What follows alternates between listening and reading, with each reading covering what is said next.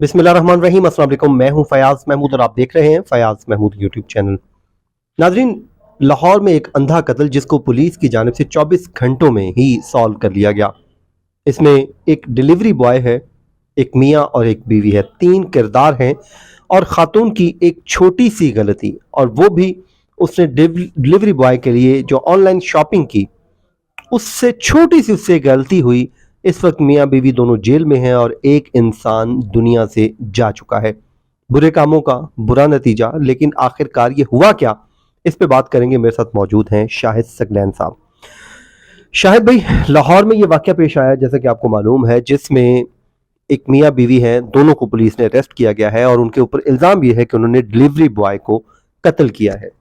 इस पे दोनों मियाँ बीवी का वर्जन सामने आ रहा है कि कत्ल उन्होंने किया है या नहीं किया, और ये आखिरकार मामला था क्या, क्या मामला था, वो लड़की कौन है, इस पे हुआ क्या था, कब का ये वाकया है, और बड़ा ही अंदुनाक वाकया है। बिस्मिल्लाहिर्रहमानिर्रहीम। फयाज भाई, आपको और आपके व्यूअर्स को बहुत सारा सलाम। आपको पता है आजकल हम आप तकरीबन और इवन हमारे घरों में भी अमूमन ये होता है कि कोई खाने पीने की चीज़ मंगवानी हो, कोई शॉपिंग करनी हो, कुछ भी करी हो ऑनलाइन, जो है ये बहुत बड़ी फैसिलिटी है, इसमें कोई शक नहीं है कि अगर आप घर पे मौजूद भी नहीं है तो जो चीज़ बाहर से लाने के लिए आपको जाना पड़ता है वो आपको घर मिल जाती है, और बहुत अच्छी फैसिलिटी है, होनी चाहिए। इवन आजकल तो आपको पता है टैक्सी और ये चीज़ें भी ऑनलाइन मिल जाती हैं और घर बैठे आप चीज़ें मंगवा सकते हैं। इसी तरह का वाक़या है जी लाहौर का, बड़ा अफसोसनाक अफसोसनाक इसके पहलू हैं कई, उसके ऊपर तो बड़ी लंबी बात हो सकती है, लेकिन जो वाज़े नज़र आ रहा है, जो पुलिस बता रही है, जो वो खातून और उसका खामद बता रहे हैं जिन्होंने ये हीनियस क्राइम किया है, वो ये बताते हैं कि जी आपको पता है कि कोरियर ख़वातीन अक्सर व बेशतर खातून ये बताती है कि जी मैं कपड़े ख़रीदती थी, मुख्तलिफ़ जगहों से ऑनलाइन शॉपिंग करती थी, तो हमारे जो एरिया है उसमें जो कोरियर कंपनी थी उसका एक ही लड़का जो है मुख्तस होता है, उसको पता होता है कौन से घर में चीज़ें आती रहती हैं। ज़ाहिरी बात है, जो फ्रीक्वेंट यूज़र्स होते हैं ऑनलाइन शॉपिंग के, तो खातून कहती है मैं फ्रीक्वेंट यूज़र थी ऑनलाइन शॉपिंग। वो कहती है कि जी लड़के के पास, ज़ाहिरी बात है क्योंकि ख़वातीन ऑर्डर करती हैं तो अपना नंबर भी देती हैं, वो कहते हैं जी लड़के के पास मेरा नंबर भी आ गया, सारा कुछ आ गया। तो उस लड़के ने जो है वो मुझे तंग करना शुरू कर दिया आहिस्ता आहिस्ता। वो कहते हैं जी मुझे पहले कॉल्स वॉल्स करता, लेकिन ज़ाहिर मैं जो है रिसीव नहीं कर रही थी। ये खातून का वर्जन है। तो कहती है कि जी उसने मुझे बड़ा ज़बरदस्त तंग करना शुरू किया। बाज़ औक़ात वो मुझे वीडियो कॉल्स भी करता था, जो ही कोई कॉल आती थी, अच्छा वो नंबर भी बदल बदल के कॉल करता था। खातून कहती है कि जी मुझे नहीं होता था आइडिया कि जी वही है। रईस नामी वो लड़का था जो डिलीवरी बॉय था। वो ये कहती हैं कि जी मुझे जो है वो वीडियो कॉल्स करता, और वीडियो कॉल्स फिर वो कहती है जो ही मैं कॉल अटेंड करती, चाहे वो वीडियो कॉल होती चाहे नॉर्मल कॉल होती, मुझे गंदी गालियाँ देना शुरू कर देता।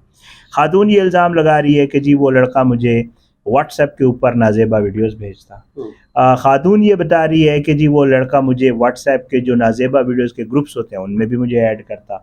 इस तरह की बहुत सारी चीज़ें जो है वो खातून की तरफ से सामने आ रही है। अब खातून ये कहती है कि जी मैं इस चीज़ का कोई पॉजिटिव रेस्पॉन्स उसको नहीं दे रही थी, लेकिन मेरे रेस्पॉन्स ना देने के बावजूद भी वो जो लड़का है वो मुझे मुसलसल तंग कर रहा था, और वो बारहा जब भी कोई कोरियर मेरा आता था दरवाजे पे आ जाता था, तुमसे मिलना है, तुम मुझे अच्छी लगती हो, मैंने तुमसे शादी करनी है, ये वो इस तरह की बातें कर। तो खातून ये कहती है कि जी मैंने उसे बताया कि जी मैं शादीशुदा हूँ, 3 बच्चों की माँ हूँ, 8 साल हो गए मेरी शादी को, तो तुम मुझे तंग ना करो। बहरहाल जी कम टू द पॉइंट, जिस दिन ये वकूआ हुआ, खातून ये बताती है कि जी मैंने इसके नंबर ब्लॉक किए हुए थे, मुझे नहीं था पता। एक अननोन नंबर से कॉल आती है और कहते हैं कि जी आपका पार्सल आया हुआ है, तो 250 रुपीज़ लेके आप नीचे आ जाएं। तो कहती है कि जी मैं 250 रुपये लेके नीचे चली गई, और जब मैंने दरवाज़ा खोला तो जो है उस लड़के ने हाथ में छुरी या ब्लेड पकड़ा हुआ था, और उसने मेरी कमर पे रख दिया और उसने कहा अंदर चलो, और मैं अंदर आ गई। तो उसने कहा मुझे पहचाना है, मैं वही लड़का हूँ जो तुम्हें कॉल्स करता था, और तुम मेरे साथ जो है तुम ऊपर चलो, जो तुम्हारा पोर्शन है। कहती है जी मैं ऊपर आ गई, ज़ाहिर बात है खौफ की वजह से, घर पे कोई नहीं था। कहती है जी कि मेरा शोहर भी नहीं था, मेरा ससुर जो है मेरी बेटी को स्कूल से लेने गया हुआ था। तो कहती है कि जी ऊपर वाले बेडरूम में आ गए, बेडरूम में आके जो है उसने वो ब्लेड मुझे ज़ाहिर बात है वो ज़द-ओ-ख़ौफ़ किया, नाज़ेबा हरकत की मेरे साथ। तो कहती है कि इस दौरान जी मेरे ससुर जो है वो मेरी बेटी को लेके आ गए, और उन्होंने जो है मेरी बेटी ऊपर आई तो उसने देखा थे अम्मी मम्मा के साथ कोई अंकल बैठे हुए हैं, तो शी सेड के मैंने उसे आंख से इशारा किया और बेटी मेरी जो है वो नीचे चली गई और मेरे ससुर को लेके आ गई। तो कहते जब मेरे ससुर को लाए तो इसने अंदर से कुंडी लगा दी, और फिर जो है वो बाहर टेरेस से जंप करके तो नीचे निकल गया। लेकिन इस दौरान जो चीज़ अब पुलिस में भी सामने आई है, उस लड़के का जो मोबाइल है वो रह गया।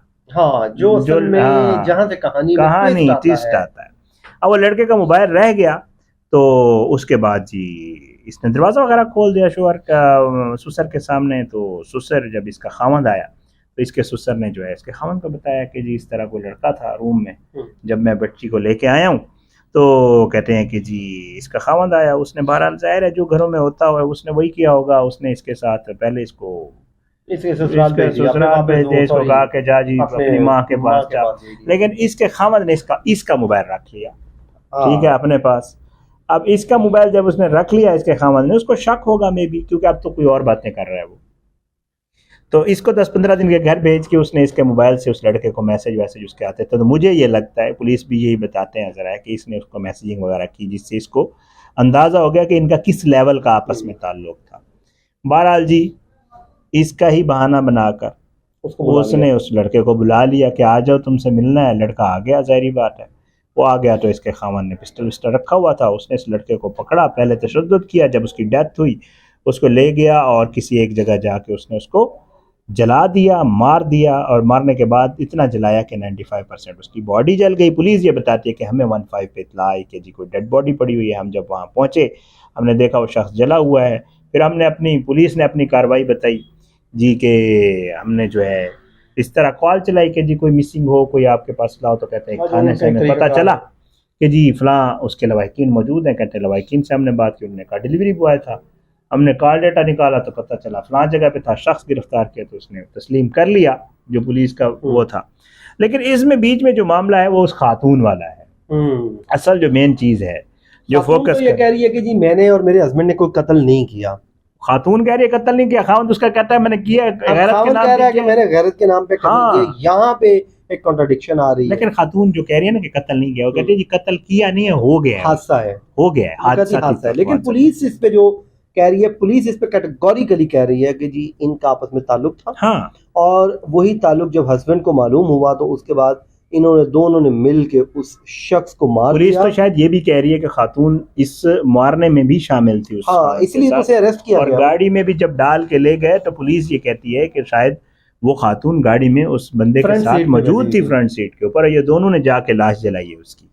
तो ये बड़ा दौनाक वाकया है अपना फयाज भी। मेरी कोशिश थी कि इस छोटे टाइम में इसको पूरा आपको वाकया, इससे हमें एक सबक ये मिलता है कि अक्सर खवातीन अपना ऑनलाइन नंबर शेयर कर देती हैं। इस खातून से भी गलती ये हुई कि इसने ऑनलाइन प्लेटफॉर्म पे अपना एक नंबर शेयर कर दिया जो वहीं पर मौजूद था, और वो बंदा आता भी था ज़ाहिर है, और उस शख्स ने इसको फोने करना शुरू कर दी। देखें, मरने वाला भी इसमें कोई इनोसेंट नहीं मुझे लग रहा। उसकी हद तक देखे उसने किसी के घर पे नजर तो डाली, जो भी है उसने किया। देखे, गरीब आदमी हो तुम, अपनी जॉब कर रहे हो, अपने पेरेंट्स के अपने पता नहीं तुम्हारी कितनी मजबूरियां होगी, और तुम उसी में, वो कहते हैं जहाँ पे आपकी रोजी रोटी होती है वहां पे आप वो गंद करना शुरू कर गंद नहीं शुरू करते होते। तो उसका नुकसान क्या हुआ कि खुद इस टाइम तुम कब्रों में चले गए, एक घर पूरा उजड़ गया, उनकी बर्बाद हो गया, वो जेलों में पड़े हुए हैं, तुम्हारे पेरेंट्स पता नहीं इस टाइम किस हाल में होंगे। तो बेहतर है आप उस जगह पे रहें जहाँ पे आपकी औकात है, अपने से बढ़ के ना करें, क्योंकि उससे क्या है कि आप तो जो करना है कर गए, लेकिन इस वक्त क्या हासिल वसूल क्या हुआ, आपको लाश जिंदा जला दी गई। उस खातून का शोहर आपने भी देखा है, वो जो पुलिस के साथ उसकी वीडियो है, वो कह रहा है कि जी मैं हैप्पी हूँ, मैं मुतमईन हूँ कि मैंने बड़ा अच्छा किया है और ये मैंने गैरत के नाम पे किया। और मुझे करना बता रही थी कि वो वीडियो भी बनाता रहा उस वक्त जो उसको मारा जा रहा था, डंडे मार के वीडियो बनाता रहा, और मकसद उसका ये था, पुलिस कहती है कि इन्होंने उससे कन्फेशन करवाना था कि मैं डकैती करने आया हूं, डकैती के चक्कर में मैं इधर पकड़ा गया हूं, अब और रंग देने की कोशिश सेल्फ डिफेंस के तौर पे मैं मारा गया हूं। तो बहरहाल वो पकड़ा गया जी, वो वीडियोस भी बरामद हो गई हैं। उसके बाद जो है इस वक्त केस जो है वो ज़ेरे तफ्तीश है, अदालत में है। तो बहरहाल मैं ख़वातीन से इतना ज़रूर कहूँगा कि अगर आपको कोई इस तरह का